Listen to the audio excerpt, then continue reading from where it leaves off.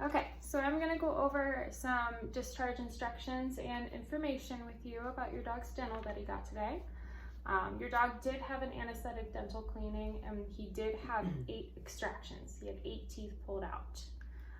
He did really well throughout the procedure. He had a very uneventful recovery. He's walking around back there doing really good, ready to go home. There are some residual effects of anesthesia that you should be aware of. He may just want to sleep for the next 12 hours. Don't be alarmed if he's still really groggy. Just avoid any situations where he could hurt himself, such as going up and down stairs or jumping on the bed, anything like that. He's still going to be groggy. We don't want him to fall and hurt himself.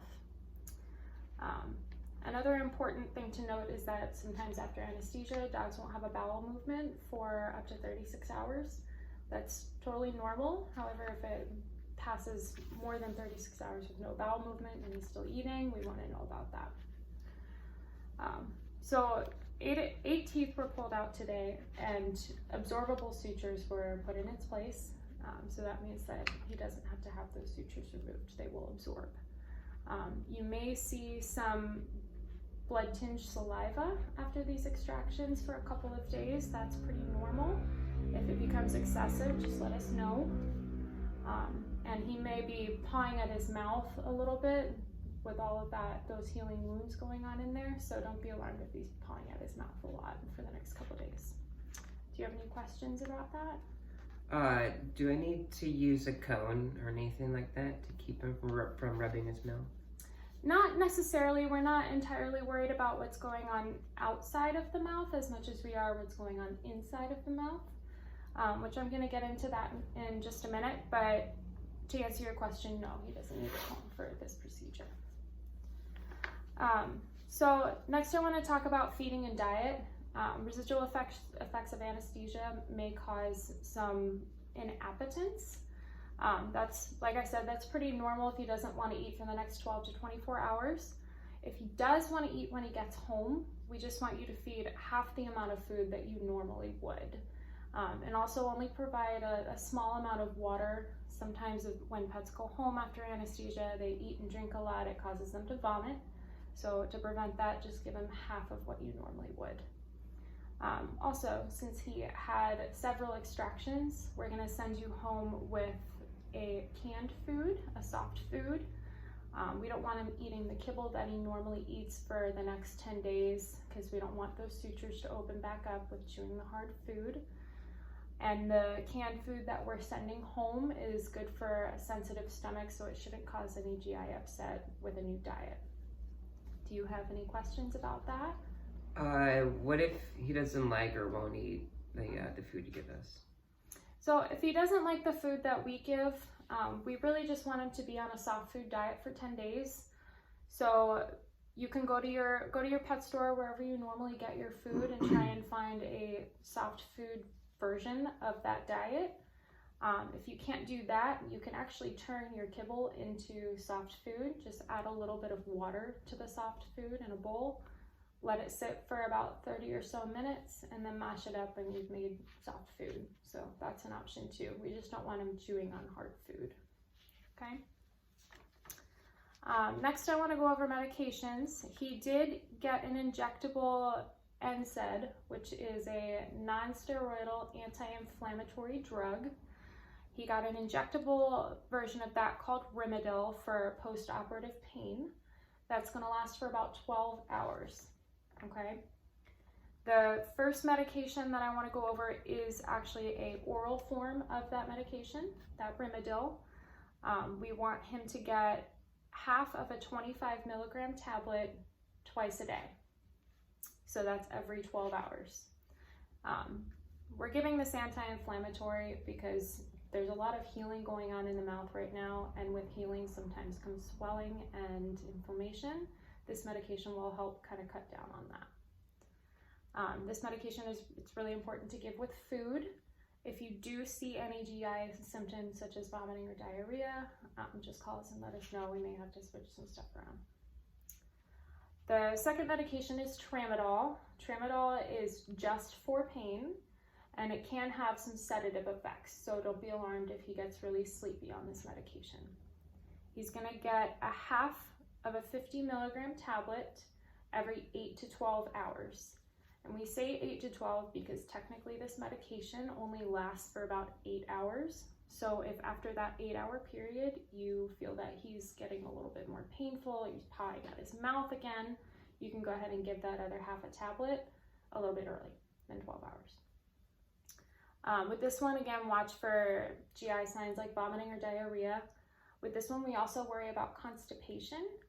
And if he seems a little bit too sedated, like he seems dizzy or kind of out of it, and you're worried about him, just call us and let us know. We may have to switch up the dose.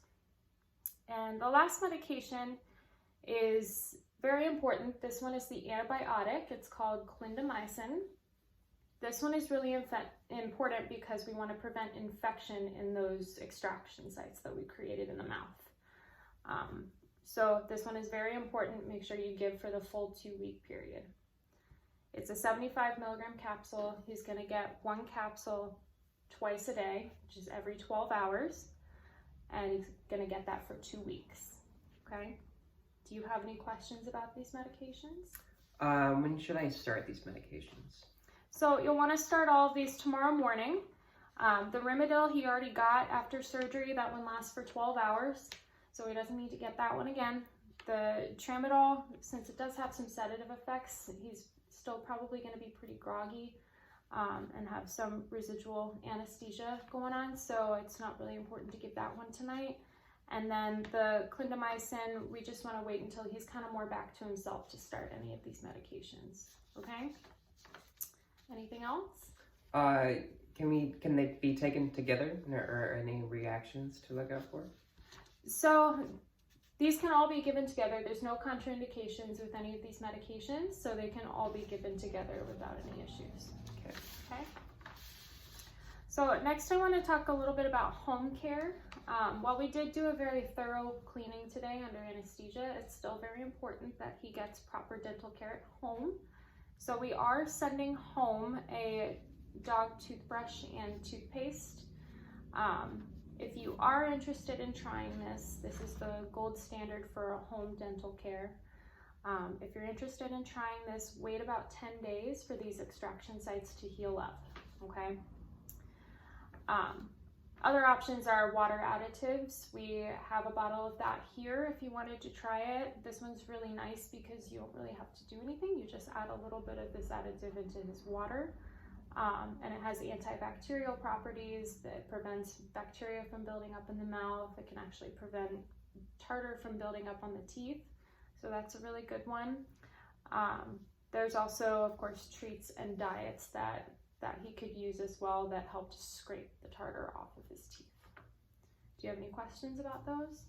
I don't think he's really going to let me brush his teeth. Do you have any other options that are better than the other? So the water additive and the treats or diet can actually work really well when used together because they both have their own benefits.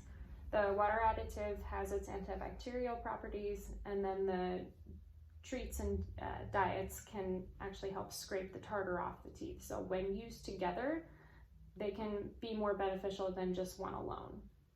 Okay, anything else? Do you have any recommendations for brand foods and treats? So Royal Canin and Hills actually make really good dental diets, and we carry those here. And if you did want to go that route, you wouldn't actually have to completely switch the diet over. You could actually just give a couple of those kibbles as treats throughout the day. So that's a really popular one.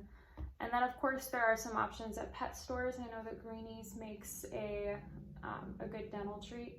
And then of course the dentist sticks that you can find in pet stores. But again, if you're gonna go that route of kind of scraping the tartar off the teeth, wait at least 10 days for these extraction sites to heal up. Okay, so I know we've kind of gone over a lot here. I've given you a lot of signs that you probably should expect. Although if you see anything more concerning, such as prolonged lethargy for more than a day or two, if he seems weak, if he doesn't have an appetite after 2 days, if he doesn't have a bowel movement for more than 3 days, And then of course, any vomiting or diarrhea, just please let us know or bring him straight into the clinic. And your discharge sheet is going to have some information for a local emergency clinic, a 24/7 emergency clinic in case he needs help after hours. Okay? Any more questions? No, that covers everything. Thank you. You're welcome.